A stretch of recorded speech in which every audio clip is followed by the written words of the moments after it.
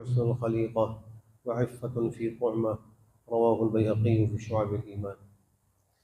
حضرت عبداللہ ابن عامر رضی اللہ عنہ سے مروی ہے کہ رسول خدا صلی اللہ علیہ وسلم نے فرمایا، چار باتیں اور خصلتیں ایسی ہیں کہ اگر وہ تم کو نصیب ہو جائیں تو پھر دنیا اور اس کی نعمتوں کے فوت ہو جانے اور ہاتھ نہ آنے میں کوئی مضائقہ اور کوئی گھاٹا نہیں۔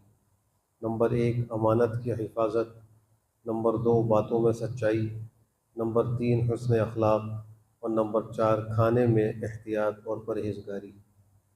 نبی کریم صلی اللہ علیہ وآلہ وسلم نے امت کو جو نصیحتیں بیان فرمائی ہیں وہ بڑی اہم اور خاص نصیحتیں ہیں۔ انہی میں سے چار نصیحتیں اس حدیث شریف میں ذکر کی گئی ہیں۔ اس میں پہلی نصیحت یہ ہے کہ جب انسان اپنے اندر امانت کی حفاظت پیدا کر لے۔ امانت کا مفہوم بہت وسیع ہے۔ اللہ سبحانہ و تعالیٰ اور مخلوق کے تمام حقوق کو ادا کرنا یہ امانت کے اندر داخل ہے۔ اب چاہے وہ میاں بیوی کے تعلقات ہوں یا اولاد اور والدین کے تعلقات ہوں، پڑوسیوں کے ہوں یا اقرباء اور رشتہ داروں کے، سب اس میں داخل ہے۔ تو امانت کی حفاظت یہ پہلی چیز۔